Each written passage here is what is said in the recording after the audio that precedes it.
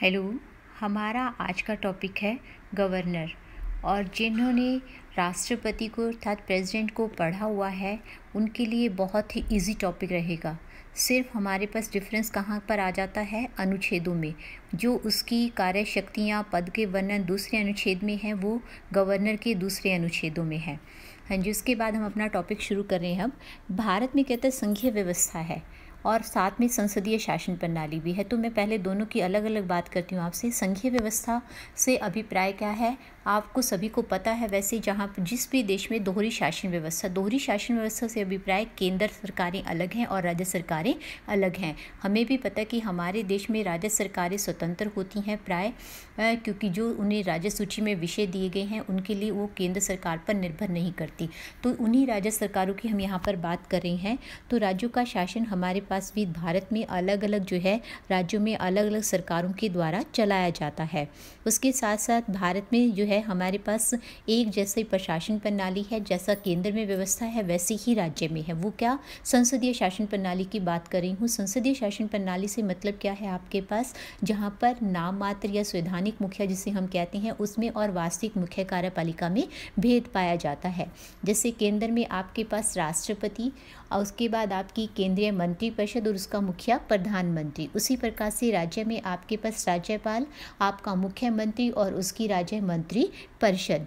क्योंकि कहने को शक्तियां संविधान ने राज्यपाल को दी हैं राज्य स्तर पर, जिस प्रकार से केंद्र में राष्ट्रपति को दी हैं, परंतु राज्यपाल उन शक्तियों का प्रयोग करने में स्वतंत्र नहीं है। स्वतंत्र से अभिप्राय क्या है कि उसे पहले औपचारिक रूप में किसका, मंत्री परिषद का जो है ना परामर्श लेना पड़ता है, जो मुख्यमंत्री के माध्यम से वो लेता है। उसके बाद बात आती है इसके पद के वर्णन की। संविधान के अनुच्छेद 153 में, इससे पढ़ने से पहले मैं आपको दोबारा एक बार याद दिलवा दूं कि जहां पर अगर आप राष्ट्रपति करते हो तो उसमें और इसमें थोड़ा सा ही डिफरेंस है। उसके आपके पास सारे के सारे अनुच्छेद जो हैं 53, 52, 55, 54, 56 इस तरीके से हैं। इसके 100 से शुरू है। थोड़ा ही डिफरेंस है, आप लोगों को याद करने में कहीं कोई ज़्यादा दिक्कत नहीं आएगी इसमें। तो यहाँ पर हम बात करेंगे 153 की, जबकि सिर्फ 53 में राष्ट्रपति की हमने कार्यकारी शक्तियों की बात की थी। तो संविधान के अनुच्छेद 153 में वो ये कहता है कि प्रत्येक राज्य के लिए एक राज्यपाल होगा, परंतु एक व्यक्ति दो या दो से अधिक राज्यों का राज्यपाल भी हो सकता है। उसके बाद नियुक्ति की बात करते हैं। अनुच्छेद 155 ये कहता है छोटी सी लाइन में कि राज्यपाल की नियुक्ति राष्ट्रपति के द्वारा की जाती है। पर मैंने अभी आपको राष्ट्रपति याद दिलवाया था, तो मैं दोबारा आपको याद दिलवा दूं। अगर हम एक्सप्लेनेशन करें इस बात की तो सिर्फ इतने से बात नहीं बनती कि राष्ट्रपति के द्वारा की जाती है, क्योंकि राष्ट्रपति आपके पास संवैधानिक मुखिया है। वास्तविक मुख्य कार्यपालिका कौन सी है, केंद्रीय मंत्रिपरिषद है। तो आप समझ सकते हो मैं क्या कहना चाह रही हूँ कि राष्ट्रपति अगर हम खुलकर बात करें तो स्वयं नहीं करता है। इसकी नियुक्ति किसके परामर्श से करता है, आपकी मंत्री परिषद के परामर्श से करता है, जो उसे किसके माध्यम से प्राप्त होती है, आपके प्रधानमंत्री के।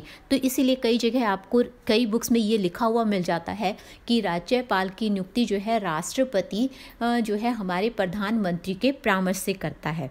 उसके बाद हम बात करते हैं इसकी नियुक्ति संबंधी परंपरा।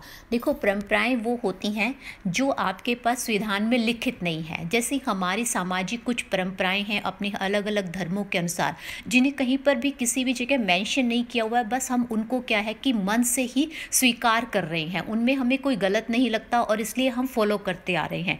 तो ऐसा ही ये है इसकी संबंधित परंपराएं जो संविधान में लिखित नहीं है, परंतु हमने इसकी नियुक्ति के समय जिनको अपनाया हुआ है। एक तो चीज़ याद रखोगे, ये दो परंपराएं हैं। पहली तो परंपरा एक है ये है कि ऐसे व्यक्ति को ही उस राज्य का जो है राज्यपाल नियुक्त किया जाता है जो उस राज्य का निवासी ना हो। मैंने नागरिक की बात नहीं की, कई बच्चे नागरिक समझ लेते हैं। नागरिक तो हमारे पास इकहरी नागरिकता है, हम भारत के नागरिक कहलाएंगे। निवासी की बात कर रहे हैं हम, क्योंकि वहाँ पर ऐसा इसलिए करते हैं हम क्योंकि ताकि उसको जो है वहाँ के किसी भी अक्षेत्रीय सामाजिक किसी भी प्रकार के जो है उस प्रभाव से बचाया जा सके, वो पक्षपात ना करे, या दूसरा ये कहें खुले रूप में और ज़्यादा तो कि उसे राज्य की दलगत राजनीति से हम दूर रख पाएँ, उसका किसी भी राजनीति पर कोई भी उसका पर कोई प्रभाव ना पड़ पाए। दूसरा है किसी भी राज्य के राज्यपाल की नियुक्ति करने में संबंधित राज्य के मुख्यमंत्री का भी परामर्श लिया जाता है। देखो, अभी मैंने आपको कहा था कि हमने क्या है कि किसकी नियुक्ति, इसकी नियुक्ति हम राष्ट्रपति किसके परामर्श से करता है, मंत्रिपरिषद या प्रधानमंत्री जिसे हम कहते हैं।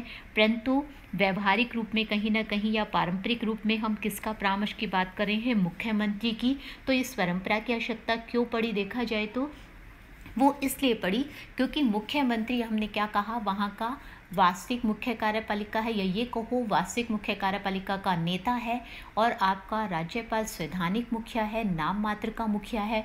तो दोनों ने मिलकर काम करना है, शक्तियाँ एक की हैं, दूसरे ने उसके साथ मिलकर उस शक्ति का प्रयोग करना है। जब तक दोनों के विचारों में तालमेल नहीं होगा तो ये कार्य ठीक से नहीं चल पाएगा, प्रशासन जो है राज्य का ठीक से नहीं चल पाएगा। इसलिए ये आवश्यक हो गया कि हम इस परंपरा को अपनाएं।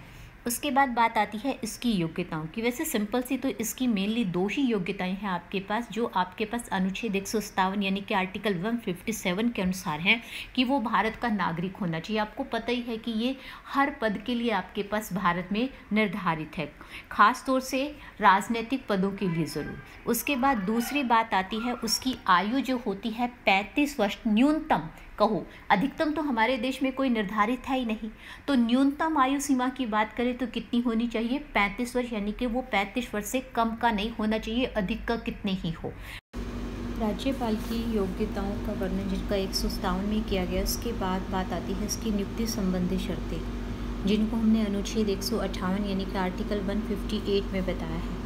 यहाँ पर नियुक्ति संबंधी शर्तों से मतलब है योग्यताएं पूरे करने वाला व्यक्ति को जो है आपके राष्ट्रपति के द्वारा राज्यपाल तो बनाया जा सकता है, परंतु उसे राज्यपाल के पद की शपथ लेने से पहले इन शर्तों को पूरा करना पड़ता है। वो क्या है, एक तो वह संसद के भी किसी सदन यानी कि लोकसभा या राज्यसभा या राज्य विधानमंडल, जहाँ दोनों सदन हैं उनमें से किसी का है, या दो सदन नहीं है, दोनों सदन का मतलब राज्य विधानसभा या राज्य विधान परिषद, अगर वो किसी का भी सदस्य है तो उसे राज्यपाल के पद की शपथ लेने से पहले क्या करना पड़ेगा, उस पद को छोड़ना पड़ेगा, या वो भारतीय संघ में किसी भी अन्य लाभ के पद को जो है ग्रहण नहीं कर सकता है। कहने का मतलब क्या है कि वो केंद्र या राज्य स्तर पर किसी भी प्रकार की सरकारी सेवा में नहीं हो सकता।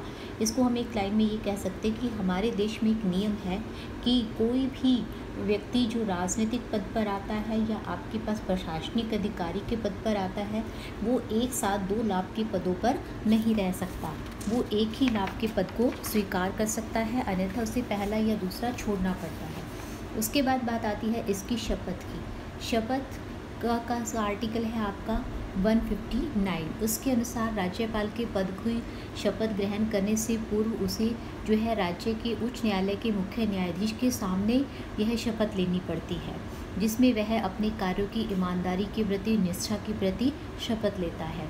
उसके बाद है उसका कार्यकाल। वैसे तो हम ये बोलते हैं कि उसका कार्यकाल 5 वर्ष है, परंतु वो तब तक अपने पद पर रहता है जब तक दूसरा राज्यपाल उसके पद को ग्रहण नहीं कर लेता।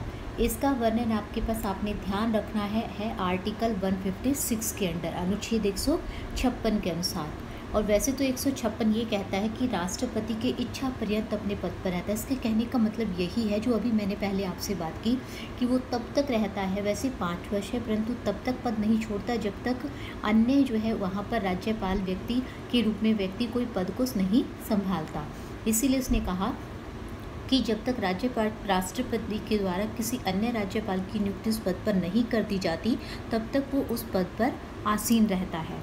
इसके साथ ही एक और चीज़ है कि राष्ट्रपति के द्वारा राज्यपाल को उसके कार्यकाल के बीच में ही बचे हुए समय के लिए क्या किया जा सकता है, किसी दूसरे राज्य के राज्यपाल के रूप में स्थानांतरित भी किया जा सकता है, यानी कि उसको ट्रांसफ़र किया जा सकता है, जिसे आप तबादला भी कहते हो। उसके बाद बात आती है न्यायिक संरक्षण की। न्यायिक संरक्षण का मतलब क्या है, या न्यायिक सुविधाएं, क्योंकि वो एक ऐसा मुखिया है आपके राज्य का जिसके पद की गरिमा बहुत महत्वपूर्ण है, उसे जब चाहे मर्जी कोई ठेस नहीं पहुंचाई जा सकती। इन चीज़ों से बचाने के लिए ही उसको ये सुविधाएं दी गई हैं। कुछ जो है आपके पास ये कहो जिस प्रकार से आपके पास मौलिक अधिकार में आप समानता के अधिकार में भी इस बात को करते हो अपवाद के रूप में, वैसे तो आपके पास कानून का शासन है, सभी कानून के सामने समान है, परंतु राष्ट्रपति या राज्यपाल ऐसे आपके पदाधिकारी हैं जिनको हमने कुछ अलग से सुविधाएं प्रदान की हैं।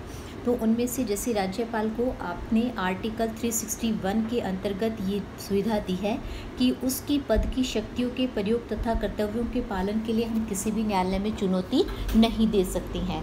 खास तौर से उसकी जो सह विवेक शक्तियाँ होती हैं उनके संबंध में जब वो कोई निर्णय लेता है तो उसके लिए हम न्यायालय में नहीं जा सकते। उसके बाद उसके कार्यकाल के दौरान उसके विरुद्ध कोई भी फौजदारी मुकदमा नहीं चलाया जा सकता, और यदि हम दीवानी मुकदमा भी चलाना चाहते हैं तो उसके लिए 2 महीने पहले उसको नोटिस देना आवश्यक है। उसके बाद बात आती है इसकी राज्यपाल की शक्तियों तथा कार्य की। मैं पहले भी कह चुकी हूँ कि राज्यपाल को लगभग वही शक्तियाँ दी गई हैं जो हमारे पास केंद्र में राष्ट्रपति के पास है, बस कुछ शक्तियों को छोड़कर। और इसी चीज़ को डॉक्टर डी बसु ने भी कहा है अपने शब्दों में कि राज्यपाल की शक्तियाँ राष्ट्रपति के समान हैं।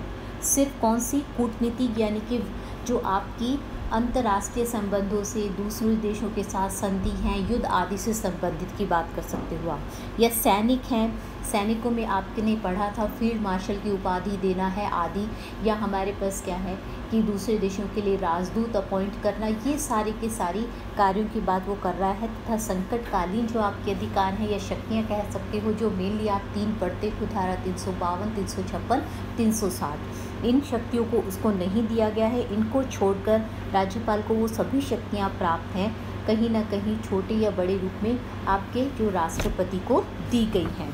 तो उनको हम ऐसे समझ सकते हैं। देखो, सबसे पहले बात आती है बिल्कुल राष्ट्रपति की शक्तियों की भांति कार्यकारी शक्तियों में, क्योंकि राष्ट्रपति की शक्तियों को तो आप 2 भागों में बांट सकते हो, सामान्य और आपकी कौन सी आपातकालीन में। तो यहाँ आपातकालीन का तो मतलब ही नहीं है, तो सीधी सी जो इसकी शक्तियाँ हैं कहाँ से बात आती है, कार्यकारी शक्तियों की। आपने वहाँ पर बात की थी धारा 53 की राष्ट्रपति में, यहाँ बात करोगे 154 की। मैंने स्टार्टिंग में भी कहा था राष्ट्रपति की शक्तियाँ जैसे हैं आपकी 100 से नीचे की हैं, 100 से बिलो से शुरू होती हैं, 53 है, 54 है, 55 है आदि। इसी प्रकार से इसकी 100 से अबोव शुरू होती हैं। 154 के अनुसार वो ये कहता है कि राज्य की बिल्कुल लैंग्वेज वही की वही है जो राष्ट्रपति के लिए यूज़ की थी आपने, कि राज्य की कार्यपालिक शक्तियाँ संविधान के द्वारा किसको दी हैं, गवर्नर को दी हैं, और जिनका प्रयोग वह स्वयं या अपने अधीनस्थ अधिकारियों की सहायता से क्या करता है, उनको या कर्मचारियों की सहायता से पूरा करता है।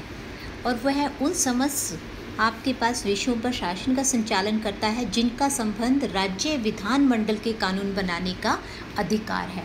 और आपको पता है, या मैं याद दिलवा दूं, भारत में संघात्मकता है तो उसकी सबसे बड़ी पहचान क्या है आपके पास, हमने अपने विषयों को 3 सूचियों में बांटा हुआ है, संघ सूची, राज्य सूची और संवर्ती सूची।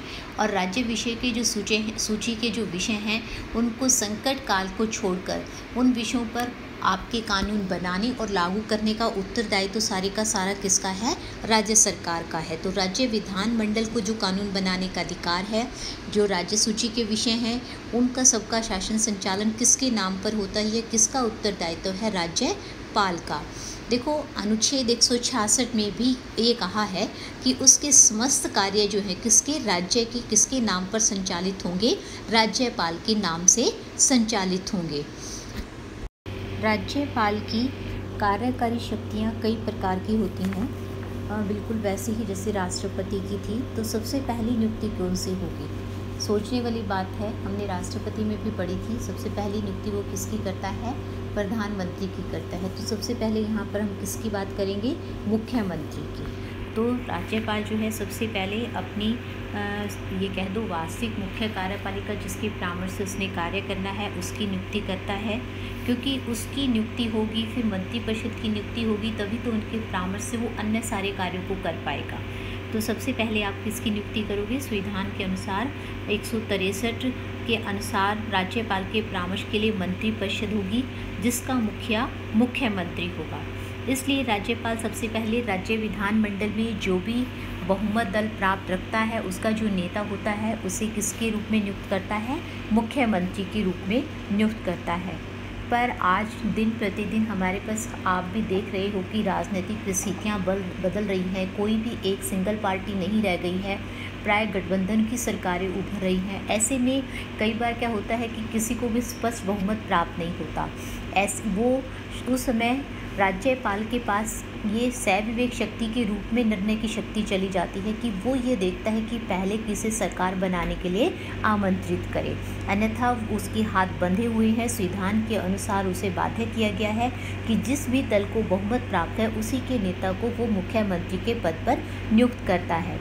मैं यहाँ पर आपको नोट करना भूल गई हूँ, पर आप लोग इस चीज़ को नोट कर लेना कि मुख्यमंत्री की नियुक्ति से संबंधित जो आपके पास आर्टिकल है वो है 164, मंत्रिपरिषद के लिए 163 और मुख्यमंत्री के लिए 164।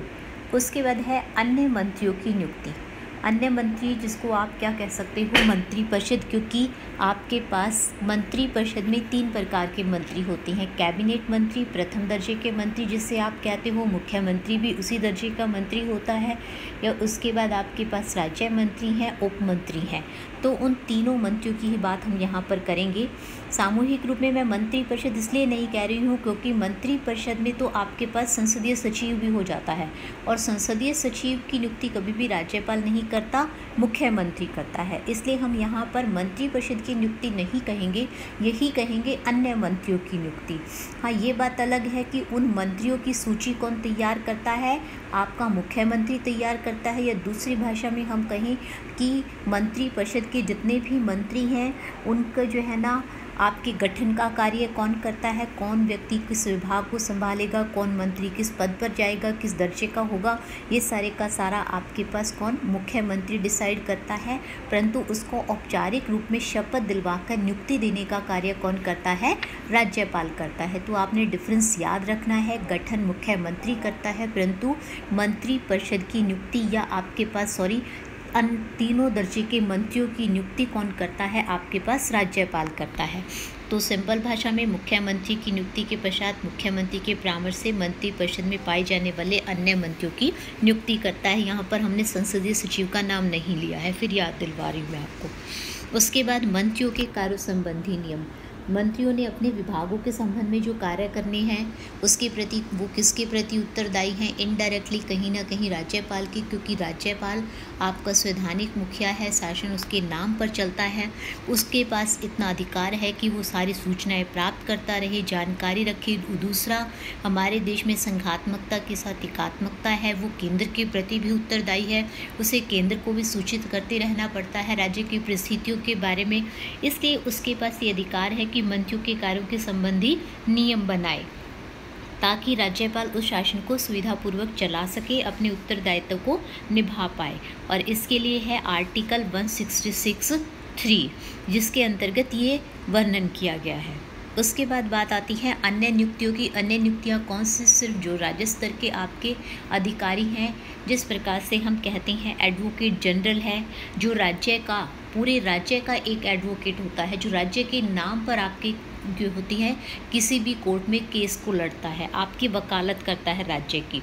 या राज्य लोक सेवा आयोग, राज्य लोक सेवा आयोग आपको पता होगा, जिसे शॉर्ट फॉर्म में आप SPSC कहते हो, जिसका उत्तरदायित्व क्या है, राज्य की असैनिक सेवाओं की भर्ती को करना।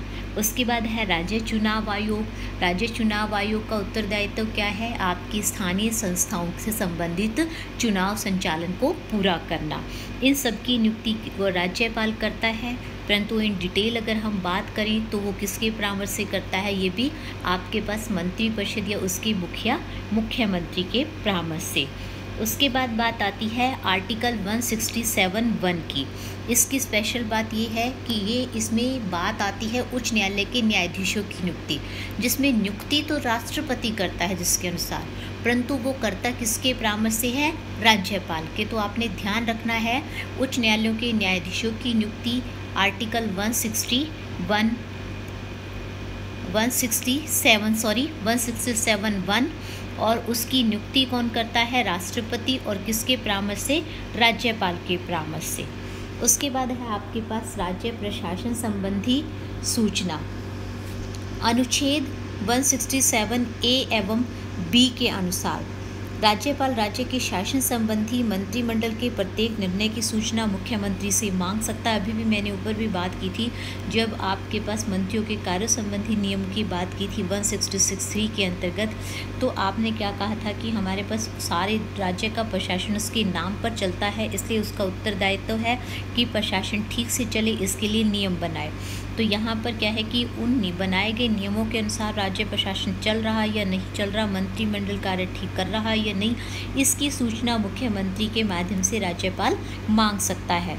और यदि किसी एक मंत्री ने कोई निर्णय लिया है, वो उसे सही नहीं लगता है, तो उस पर विचार करने के लिए भी वो क्या दे सकता है, मंत्रिमंडल को आदेश दे सकता है। इसके बाद नेक्स्ट बात आती है धारा 356 को लागू करने के समय जो उसके पास शक्ति है। वैसे तो धारा 356 कौन लागू करता है, राष्ट्रपति की संकटकालीन शक्ति है जो राज्य की प्रशासनिक मशीनरी विफल होने पर करता है, तो उसी की बात हम कर रहे हैं। आपने उसमें भी पढ़ा था कि धारा 356 लागू करने के लिए राष्ट्रपति को कौन परामर्श देता है, राज्यपाल। तो राज्यपाल यदि जिस राज्य का वो राज्यपाल है वहाँ की मंत्रिपरिषद ठीक से कार्य नहीं कर पा रही है, या ऐसा लगता है कि वो आपका शासन जो है बिल्कुल गड़बड़ा चुका है मंत्रिपरिषद का, तो ऐसे में वो राष्ट्रपति को क्या कर सकता है, वहाँ पर राष्ट्रपति शासन लागू करने के लिए एडवाइस दे सकता है।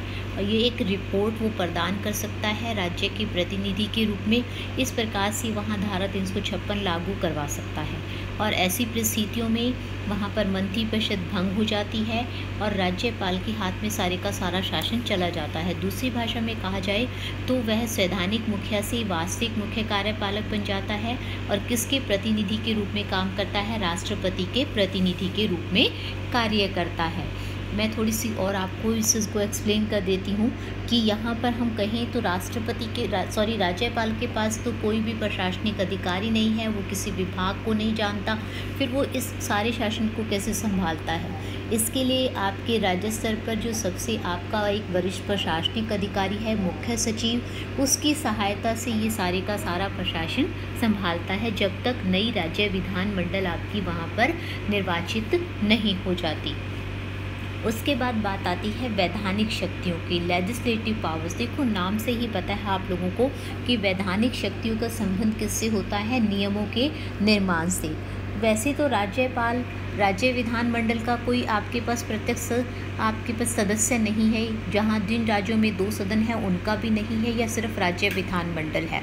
2 सदन फिर याद दिलवा दूं, राज्य विधानसभा, निम्न सदन, राज्य विधान परिषद, आपके पास राज्य का ऊपरी सदन।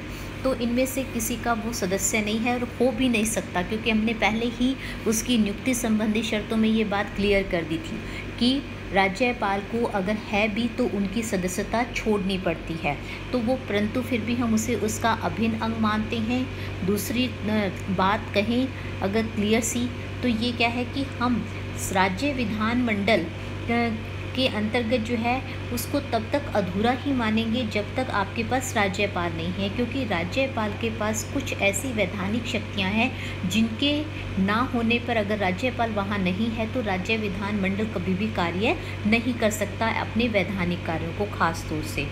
परंतु उसकी वैधानिक शक्तियों को भी हम 2 भागों में बांट सकते हैं। एक है आपकी अप्रत्यक्ष वैधानिक शक्तियाँ, एक है प्रत्यक्ष शक्तियाँ। सबसे पहले बात करेंगे अप्रत्यक्ष वैधानिक शक्तियों की। देखो नाम से ही क्लियर है, अप्रत्यक्ष का मतलब जिसमें उसकी डायरेक्ट कोई भी रोल नहीं है, सीधी कोई भूमिका नहीं है नीति निर्माण में या आपके पास जो है वैधानिक कार्यों में। उन शक्तियों को हम क्या बोलते हैं, राज्यपाल की इनडायरेक्ट लेजिस्लेटिव पावर्स, अप्रत्यक्ष वैधानिक शक्तियाँ। सबसे पहली बात करेंगे हम उसमें अधिवेशन बुलाना। बिल्कुल राष्ट्रपति की भांति राज्यपाल जो है उसके पास एक शक्ति है कि वो आपके साल में 2 अधिवेशन बुलाए, जिन्हें वो कहीं भी बुला सकता है। परंतु उसे एक ध्यान रखना पड़ता है संविधान के अनुसार कि उन दोनों अधिवेशनों में 6 महीने से अधिक का आपके पास डिफरेंस यानी कि अंतर नहीं होना चाहिए। उसके बाद नेक्स्ट है सदनों को स्थगित एवं भंग करना। देखो सदनों को भंग करने का मतलब जहाँ पर दोनों सदन हैं, ऊपरी सदन और निम्न सदन को वो क्या कर सकता है, स्थगित कर सकता है उनकी बैठकों को ये। परंतु भंग करने में सिर्फ हम एक ही सदन की बात करेंगे, किसकी, निम्न सदन की, राज्य विधानसभा की, क्योंकि राज्य विधान परिषद जो है वो बिल्कुल राज्यसभा की भांति आपके पास कैसा है, स्थायी सदन है, जिसके आपके पास 2/3 सदस्य जो 1/3 सदस्य जो होती हैं, जो प्रत्येक 2 वर्ष के पश्चात क्या होते रहती हैं, पद निवृत्त होते रहते हैं। तो वो तो स्थायी सदन है, उसे तो भंग करने की हम बात ही नहीं कह सकते।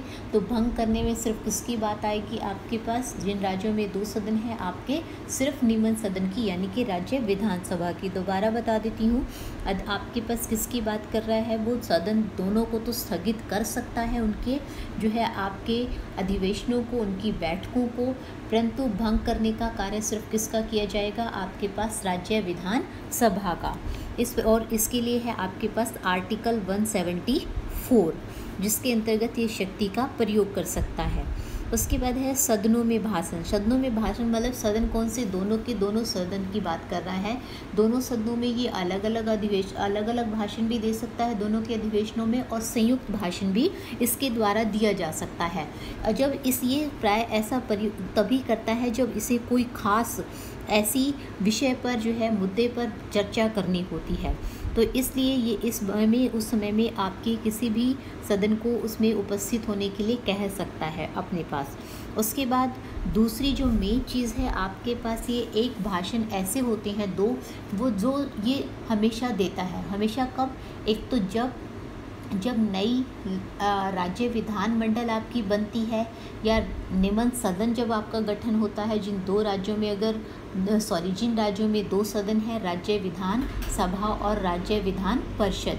तो जहाँ पर राज्य विधानमंडल है सीधा, वहाँ पर जब नया राज्य विधानमंडल, जैसे हरियाणा की बात करें तो हम जब वो गठित होती है प्रत्येक 5 वर्ष के पश्चात, या हमारे पास क्या है जहाँ राज्य विधानसभा की हम बात करें, जब ये निम्न सदन गठित होता है, तो उस सदन की आपके पास प्रथम बैठक जो होती है वो किससे शुरू होती है, राज्यपाल के अभिभाषण से शुरू होती है, भाषण से कह सकते हो आप शुरू होती है।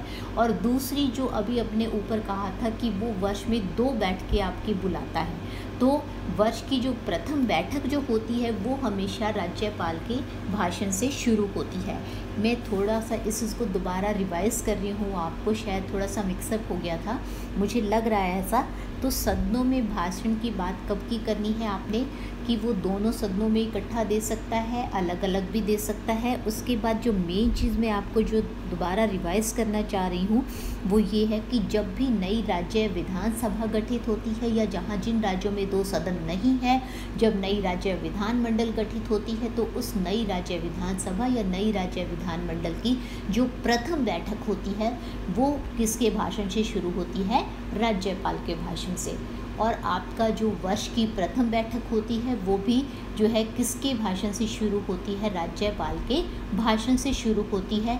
इस भाषण में वो करता क्या है, वो आपकी सरकार की अर्थात मंत्रिपरिषद की आने वाली नीतियों के बारे में बताता है, सरकार क्या करने वाली है और आपका शासन कैसे चलने वाला है। उसके बाद है सदस्यों का मनोनयन, यानी कि उनको नॉमिनेट करना। बिल्कुल वैसे ही जैसे लोकसभा में बात की थी या राज्यसभा में, आपने राज्यसभा में 12 सदस्यों की बात करती हो और लोकसभा में 2 एंग्लो इंडियंस की। बस यहाँ पर क्या है कि हम आपके ऊपरी सदन में 12 सदस्यों को निश्चित नहीं कर सकते हैं, क्योंकि प्रत्येक राज्य की जनसंख्या अलग अलग है। राज्यों की जनसंख्या के आधार पर आपके पास राज्य विधानमंडलों की आपके सदस्यों की संख्या निश्चित है, और इसीलिए यहाँ पर आपके पास क्या है कि उस राज्य विधानमंडलों में सबकी जनसंख्या के अनुसार संख्या अलग अलग निश्चित होने के कारण सदस्यों की संख्या आपके पास निश्चित नहीं है। यहाँ पर हमारे पास जो है ऊपरी सदन में आपके राज्य विधान परिषद के जो कुल जितने सदस्य होते हैं उनका 1/6 भाग जो होता है, हम जो है यहाँ पर विशेष क्षेत्र में निपुण व्यक्तियों के लिए क्या करते हैं, उसको मनोनीत करते हैं। दूसरे आपके पास बात आती है एंग्लो इंडियंस की, जैसे राष्ट्रपति आपके पास लोकसभा में 2 एंग्लो इंडियंस को मनोनीत करता है।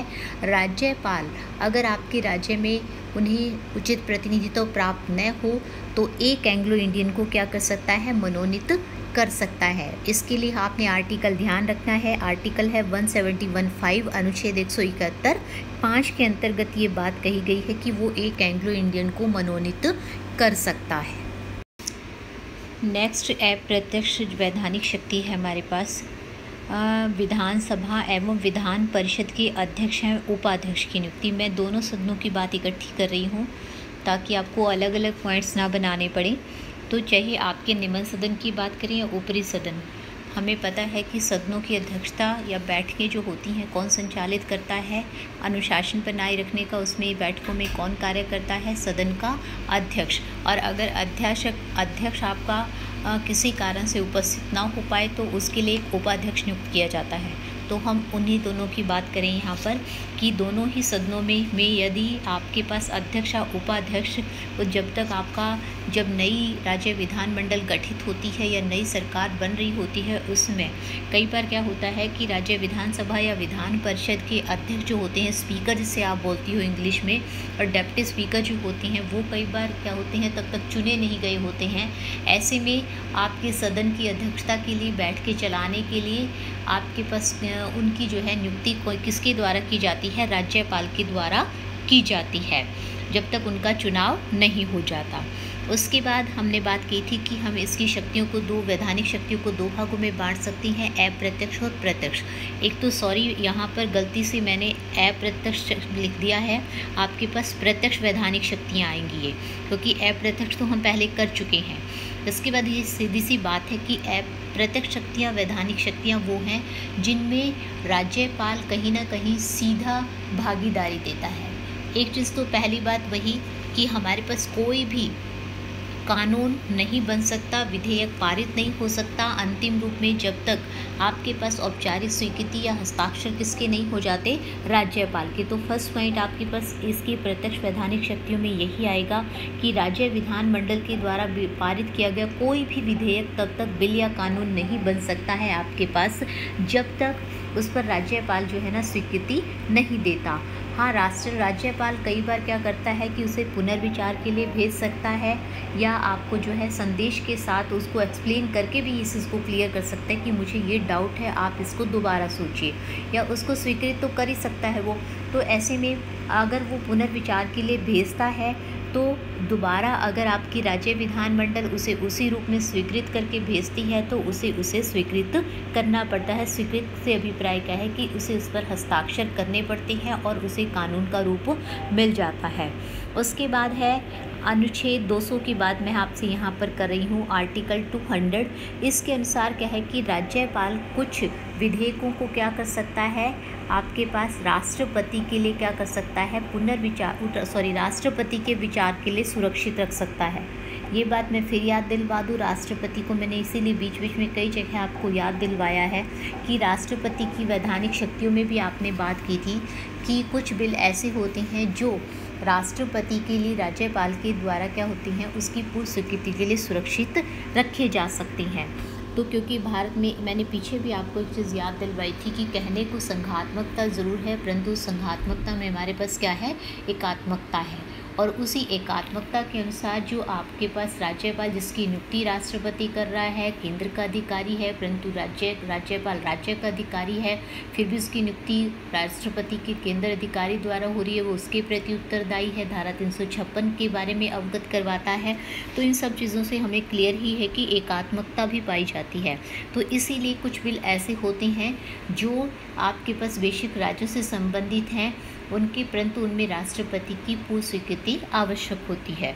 उसके बाद है वित्त विधेयक की बात, वित्त बिल जिसे आप कह सकते हो, वो हमेशा राज्य का जो वित्त विधेयक या वित्त बिल होता है, वार्षिक वित्तीय विवरण जिसे हम कहते हैं, वैसे तो संविधान के अनुसार उसको जो है हमेशा राज्यपाल की पूर्व स्वीकृति से ही प्रस्तुत किया जाता है। और यही कारण होता है कि ना तो वो उसे अस्वीकृत कर सकता है, ना ही उसे पुनर्विचार के लिए भेज सकता है।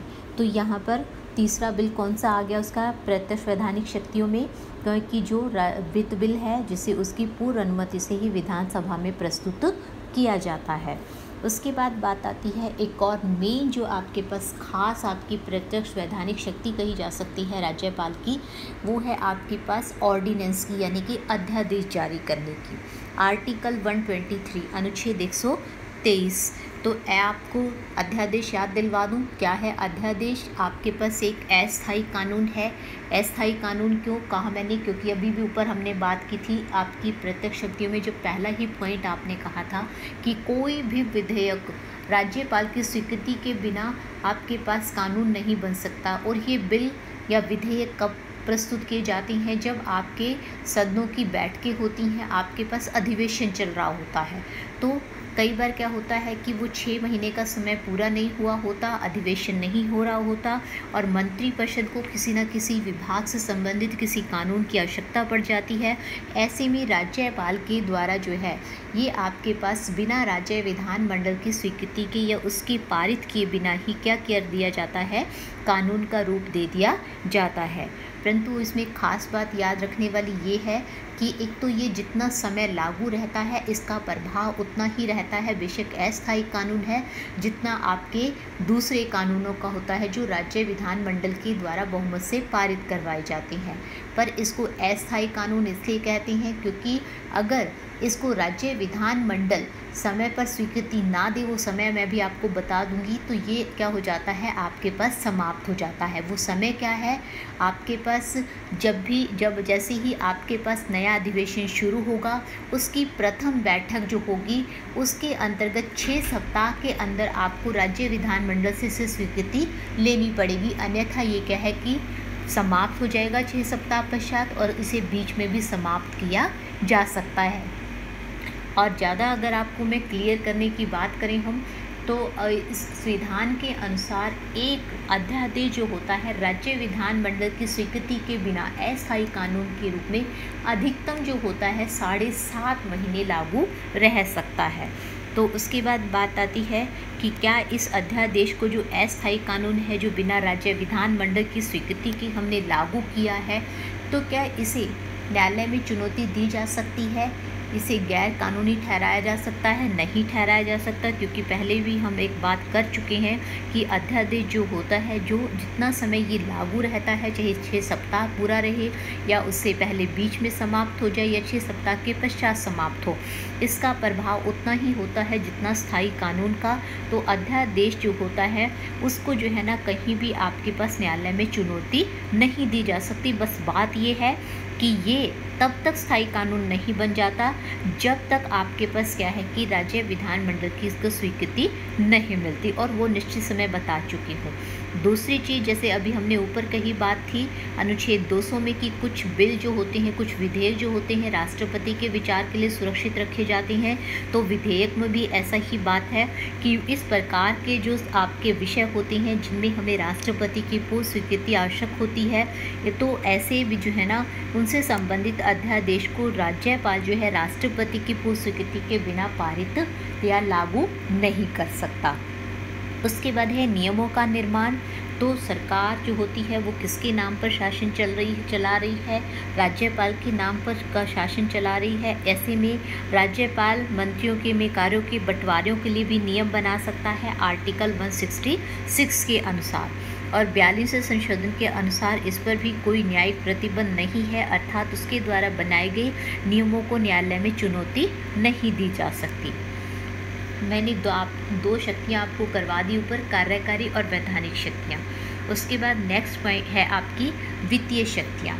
वित्तीय शक्तियों को आप जो है 3 भागों में बांट के बात कर सकते हो। बिल्कुल सिंपल सी पहली शक्ति तो वही जो महत्वपूर्ण शक्ति जो अभी हमने ऊपर भी बात की थी कि वित्त बिल जो होता है उसकी पूर्व स्वीकृति से प्रस्तुत होता है। उसी चीज़ को हम थोड़ी सी दूसरी भाषा में यहाँ पर रिपीट करेंगे कि हमारा वार्षिक वित्तीय विवरण जो होता है, वार्षिक विधेयक जो होता है, वो हमेशा हमारे पास राज्य विधानसभा में राज्यपाल की पूर्व स्वीकृति से ही आपके राज्य के वित्त मंत्री के द्वारा प्रस्तुत किया जाता है। ये उसकी एक महत्वपूर्ण शक्ति है। उसके बाद दूसरी जो है उसके पास राज्य की जो 2 निधियाँ होती हैं, एक आकस्मिक निधि है, एक संचित निधि। तो आकस्मिक संचित निधि तो वैसे ही वार्षिक वित्तीय विवरण में आ ही जाती है। आकस्मिक निधि, आकस्मिक से मतलब समझ ही सकते हो आप, कॉन्टीजेंसी फंड जो है एकदम से इमरजेंसी में जिसकी ज़रूरत पड़ गई है। तो कई बार जो है आपका वार्षिक वित्तीय विवरण का समय नज़दीक नहीं होता, उससे बीच में हमें किसी पैसे की ज़रूरत पड़ जाती है, किसी मंत्रिपरिषद को किसी न किसी विभाग के कार्य से संबंधित। ऐसे में क्या किया जा सकता है, राज्यपाल के द्वारा उसे खर्च करने की अनुमति दी जा सकती है। परंतु एक ध्यान देने योग्य बात यह है कि इससे, क्योंकि राज्यपाल और मंत्रिपरिषद कोई गलत काम न कर पाए, उन पर नियंत्रण रहे, जनता के पैसा सुरक्षित रखा जा सके, इसलिए राज्यपाल के द्वारा उसकी बाद में आपको राज्य विधानसभा से स्वीकृति लेना आवश्यक है। यानी कि आकस्मिक निधि से वो अपनी स्वाभाविक शक्ति के आधार पर या उसके अनुसार उसे पैसा खर्च करने की अनुमति तो दे सकता है, परंतु जिस प्रकार से आपके सामान्य बजट पास होता है उसी प्रकार से हमें इस पर बाद में स्वीकृति लेना आवश्यक है। राज्यपाल की नेक्स्ट, मैंने अभी आपसे कहा था कि 3 शक्तियों की बात कर सकते हो आप वित्तीय शक्तियों में मेनली। नेक्स्ट यानी कि तीसरी शक्ति है आपके पास राज्य वित्त आयोग से संबंधित। जो 73वां 74वां संशोधन आपने ज़रूर सुना होगा, जिसका संबंध किससे है, आपके स्थानीय सरकारों से, जो 1994 से हमारे पास राज्यों में लागू किया गया है। तो उसकी बात हम कर रहे हैं। 73वें 74वें संशोधन के अनुसार राज्यपाल को एक शक्ति दी गई है कि वो प्रत्येक 5 वर्ष के पश्चात आपकी राज्य की स्थानीय सरकारें जो हैं उनकी वित्तीय स्थिति से संबंधित सिफारिशें प्राप्त करने के लिए एक राज्य वित्त आयोग का गठन करेगा। इस अगला नेक्स्ट पॉइंट जो है या अगली शक्ति करने से पहले मैं आप लोगों को एक चीज़ इसमें पीछे क्लियर करना चाहती हूँ, कहीं आप कंफ्यूज ना हो जाओ। आपने नियमों के निर्माण को इसमें भी पढ़ा है, वैधानिक शक्तियों में भी, और इसको आपने कार्यकारी शक्तियों में भी पढ़ा है। इसके क्योंकि इनका दोनों जगह पर अलग अलग पॉइंट ऑफ व्यू है। देखो, जब वहाँ पर हम ये बात करते हैं कि उसके शासन सारा उसके नाम पर चलता है, तो उसने कार्यकारी शक्तियों का प्रयोग कर रहा है, तो उन नियमों को बनवा रहा है। इसलिए इधर यहाँ आपने कह दिया कि वो नियम बन रहा है, और नियम बनाने का मतलब क्या है, वैधानिक कार्यों को करना।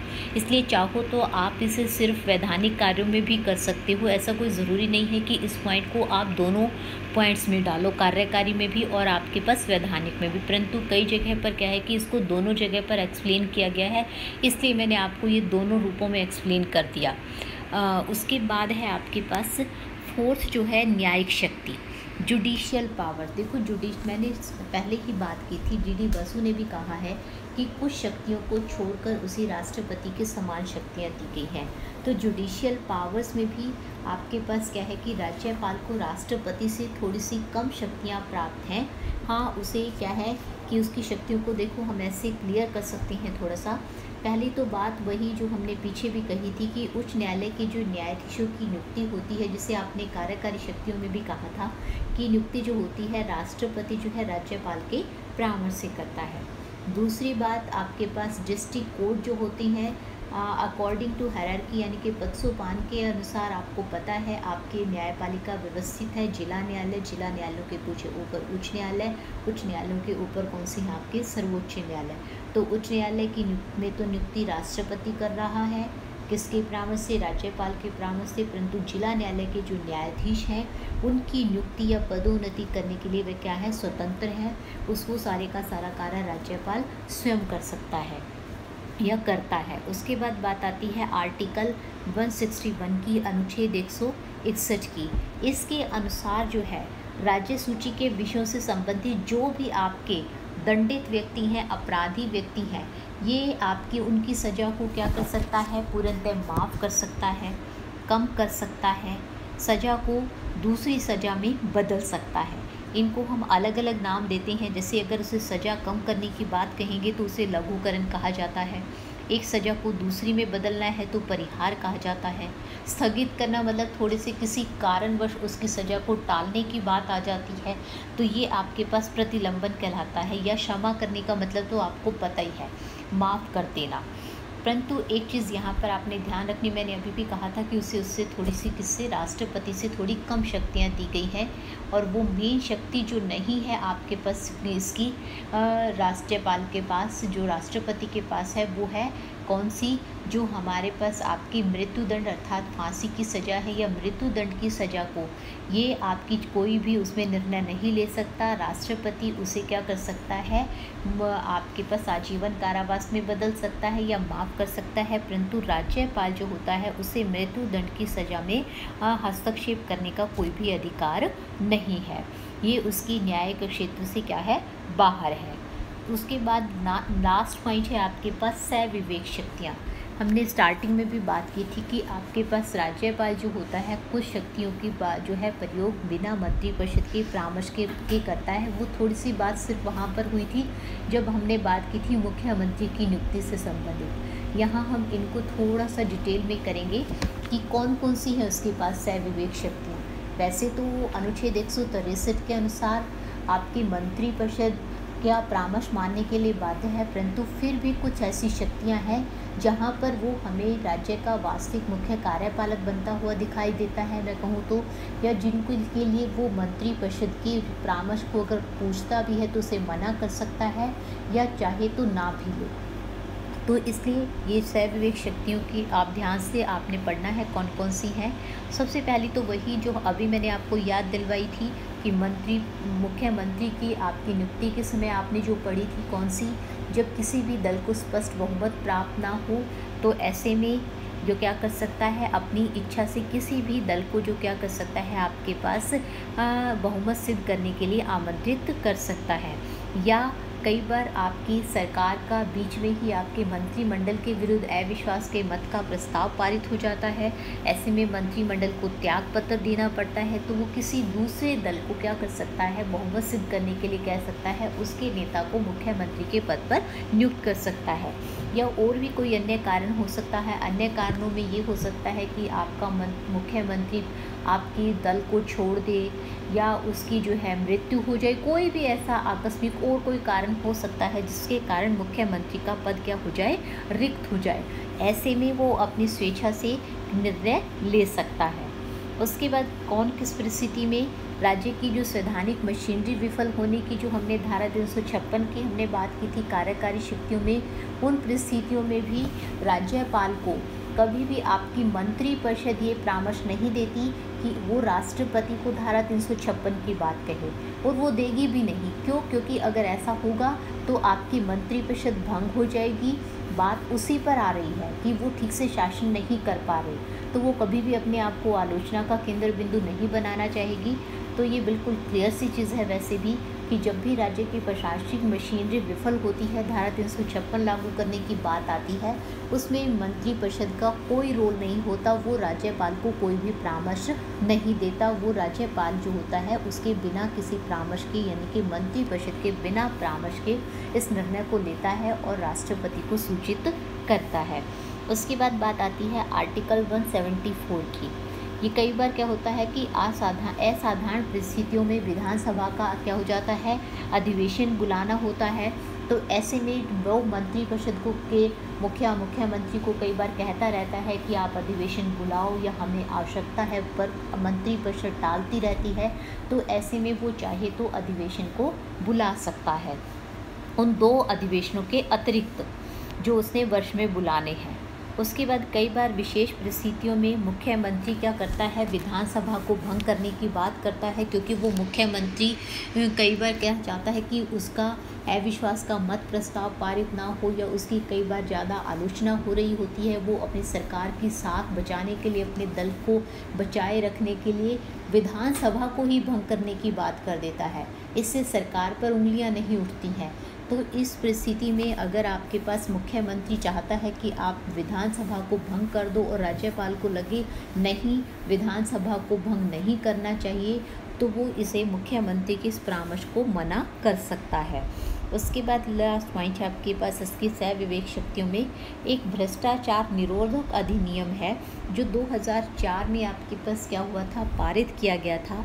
उसका यदि कोई उल्लंघन करता है तो वो ऐसे भ्रष्ट मंत्रियों के विरुद्ध भी क्या कर सकता है, चलाने की स्वीकृति दे सकता है। अपने आप ये आपके सोचने की बात है कि मंत्री किससे संबंधित है, मंत्रिपरिषद से संबंधित है, और मंत्रिपरिषद कभी नहीं चाहेगी या मुख्यमंत्री कभी नहीं चाहेगा कि उनकी आलोचना हो।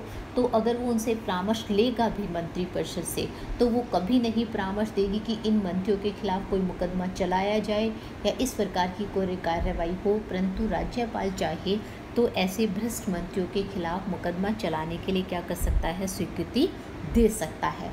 हाँ, ये मंत्री पूर्व भी हो सकती हैं और आपके वर्तमान समय के भी हो सकते हैं। एंड में मैं यही कहूँगी कि हमारे पास ये चीज़ क्लियर है कि राज्यपाल बेशक आपके पास संसदीय शासन प्रणाली के अनुरूप एक संवैधानिक नाम मात्र का मुखिया है, परंतु एंड में जो हमने उसकी विवेक शक्तियाँ दी हैं उनसे वो हमें क्लियरली दिखता है कि ऐसी परिस्थितियों में वो एक पावरफुल व्यक्ति है। ऐसे व्यक्तित्व पर ही निर्भर करता है कि राज्यपाल का व्यक्तित्व कैसा है और वो कितनी निष्ठा से और ईमानदारी से बिना मंत्रिपरिषद के प्रभावित हुए कार्य करता है, तो जिनके कारण वो विवेक शक्तियों का लाभ उठाकर क्या कर सकता है, अपनी जो है व्यक्तित्व की छाप छोड़ सकता है।